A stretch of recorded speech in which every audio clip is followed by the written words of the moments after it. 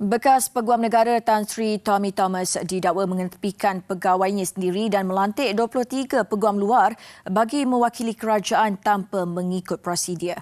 Menurut laporan Pasukan Petugas Khas STF, siasatan ke atas dakwaan dalam buku My Story Justice in the Wilderness tulisan Tommy, pelantikan begitu ramai peguam luar disifatkan sebagai tidak pernah berlaku dalam sejarah perkhidmatan awam negara. Ia turut menyifatkan pelantikan itu tidak wajar dan menimbulkan pertikaian kerana pelantikan mereka bagi mengendalikan kes berprofil tinggi secara langsung memberi peguam terbabit akses kepada dokumen dan maklumat sulit. Antara yang dilantik ialah peguam British Toby Landau dan Luke Parsons dari firma berpangkalan di Singapura dan Los Angeles bagi mengendali isu membabitkan diskriminasi minyak kelapa sawit oleh Kesatuan Eropah EU. Menurut STF, Tan Sri Tommy dalam bukunya menyatakan bahawa peguam di Jabatan Peguam Negara tidak mempunyai komitmen, semangat dan dorongan sebagai anggota Badan Peguam Malaysia.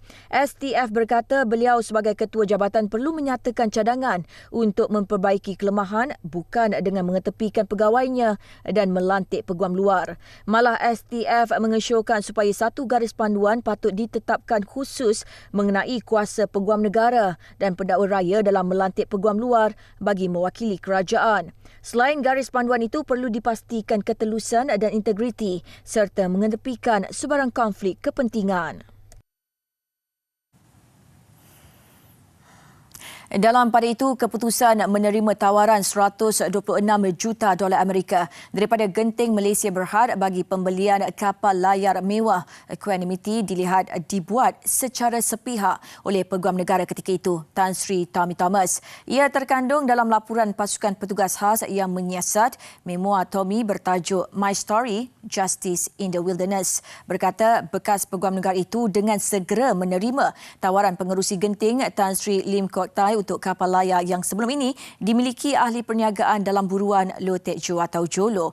Laporan itu berkata perkara berkenaan dilakukan tanpa merujuk kepada pemilik sah kapal ketika itu, kumpulan 1MDB dan pemegang saham utamanya, Menteri Kewangan diperbadankan MOF Inc.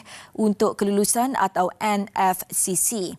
NFCC katanya ditubuhkan untuk menguruskan pengembalian aset 1MDB. Pihak berkuasa juga dicadangkan agar menyiasat jika terdapat kaitan antara penjualan Equanimity kepada Genting dengan penarikan balik permohonan semakan kehakiman terhadap Menteri Kewangan berhubung pembatalan insentif cukai bagi syarikat itu.